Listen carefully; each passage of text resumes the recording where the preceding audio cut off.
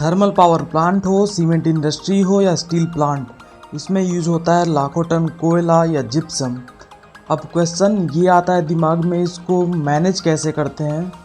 तो मिलिए इस जाइंट मशीन से, इस स्टैकर रिक्लेमर मशीन। ये एक मशीन है जो मटेरियल को स्टैक भी करता है और ज़रूरत पड़ने पर रिक्लेम भी करता है।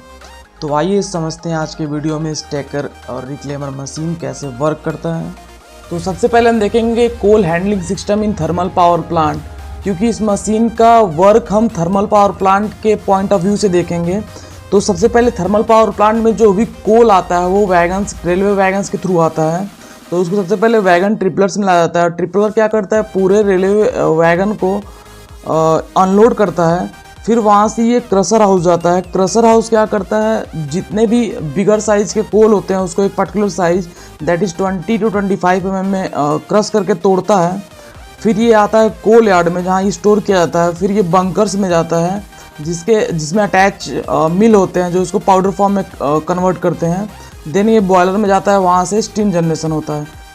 तो इस पूरे प्रोसेस में जो हमारा कोल यार्ड था, जहाँ पे कोयला स्टोर किया जाता है, फिर रिक्वायरमेंट होने पे वहाँ से हम कोयला को निकालते हैं। तो ये हो गया हमारा स्टैकिंग और रिक्लेमिंग, मीन्स स्टैक करना, रखना और वहाँ से रिक्लेम मीन्स निकालना। तो इसी में हमारा जो स्टैकर और रिक्लेमर मशीन है वो यूज होता है।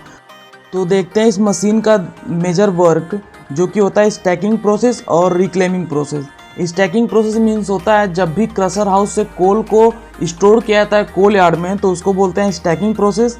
और जब रिक्वायरमेंट होने पर हम कोल यार्ड से उसको मिल तक ले जाते हैं, उसको पाउडर फॉर्म में कन्वर्ट करने के लिए, देन बॉयलर फर्नेस में यूज करने के लिए, तो उसे बोलते हैं रिक्लेमिंग प्रोसेस। तो ये है हमारा स्टैकर जो कि स्टैकिंग प्रोसेस कर रहा है। मीन्स जो भी हमारा क्रशर हाउस से कोल क्रश होकर आता है उसको कोल यार्ड में स्टोर कर रहा है, ताकि हम कंटिन्यूस फीड दे सकें कोल मिल को। नेक्स्ट है हमारा रिक्लेमर, जो कोल यार्ड से कोल को इस रोटेटिंग बकेट की हेल्प से उठाता है और बूम कन्वेयर पे डालता है। फिर वहाँ से मेन कन्वेयर से होते हुए कोल मिल को जाता है। तो ये बेसिकली थे दो प्रोसेस, रिक्लेमिंग और स्टैकिंग।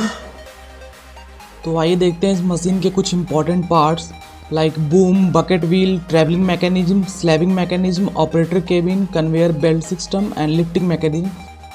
तो आइए देखते हैं इसके एक एक इम्पॉर्टेंट पार्ट्स को। तो फर्स्ट है हमारा बकेट व्हील। बकेट व्हील एक रोटेटिंग सर्कुलर व्हील होता है जिसके आउटर एज पर मल्टीपल बकेट्स लगे होते हैं। ये बकेट्स कॉन्टिन्यूसली रोटेट करते हैं और कोल पाइल से कोल को उठाकर कन्वेयर बेल्ट पे डिस्चार्ज करते हैं, जो कि बूम कन्वेयर होता है, जो सिस्टम का इंटरनल कन्वेयर होता है, उस पर डिस्चार्ज करते हैं। फिर वहाँ से वो मेन कन्वेयर के थ्रू आगे ट्रांसफ़र होते हैं। इस बकेट की कैपेसिटी डिपेंड करती है बकेट साइज पे, नंबर ऑफ बकेट पे और रोटेशन स्पीड्स पे। As per the requirement of industry ये कस्टमाइज होता है, means number of bucket remove या ऐड किए जा सकते हैं, जिससे इसकी कैपेसिटी इंक्रीज या डिक्रीज किया जा सकता है। नेक्स्ट है हमारा operator cabin. Operator cabin basically इस मशीन का कंट्रोल रूम होता है, जहाँ से ये पूरा मशीन ऑपरेट या कंट्रोल किया जा सकता है।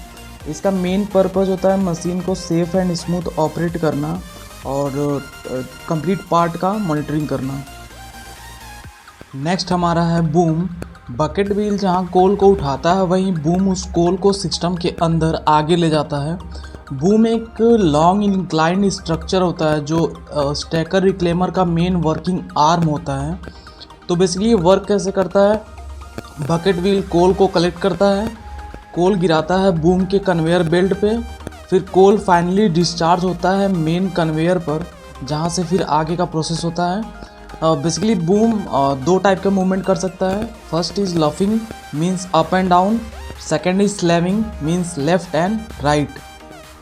इसी बूम के अपोजिट साइड काउंटर वेट लगा होता है जो इस रोटेटिंग स्ट्रक्चर को बैलेंस करता है।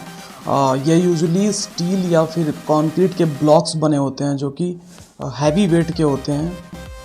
नेक्स्ट हमारा है लफिंग मैकेनिज्म। तो लफिंग मैकेनिज्म एक ऐसा सिस्टम होता है जो बूम को वर्टिकल मूवमेंट प्रोवाइड करता है, means up and down movement provide करता है। इस सिस्टम में टोटल 3 पार्ट्स होते हैं, hydraulic system, wire rope system and pivot point. ये तीनों सिस्टम मिल के बूम को up and down movement provide करते हैं। अब क्वेश्चन है इसका नीड क्या होता है लफिंग मैकेनिज्म का। तो बेसिकली जब कोल यार्ड में कोल को स्टोर किया जाता है तो डिफरेंट हाइट के कोल हिप बन जाते हैं जिसको हैंडल करना होता है।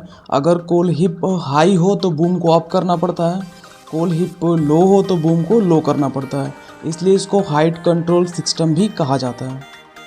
नेक्स्ट हमारा है स्लैबिंग मैकेनिज्म। स्लैबिंग मैकेनिज्म एक ऐसा सिस्टम होता है जो बूम को हॉरिजॉन्टल डायरेक्शन में रोटेट करता है, मतलब लेफ्ट राइट मूवमेंट प्रोवाइड करता है।